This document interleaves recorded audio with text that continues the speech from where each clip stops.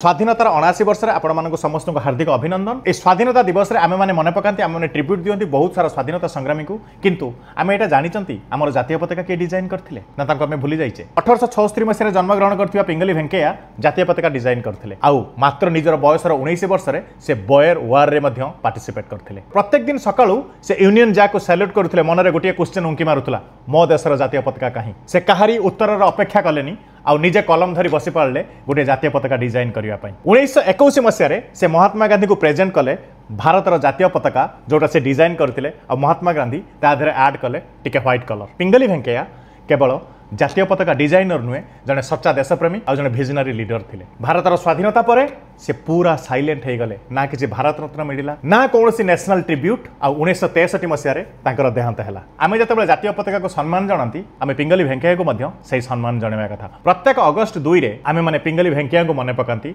जातीय पताका डिजाइनर भावे। स्वाधीनतार 79 वर्ष आसतु से महान व्यक्तित्व को मन पकईवा जो मैंने स्वाधीनता सबुकिछि दान कर। जय हिंद।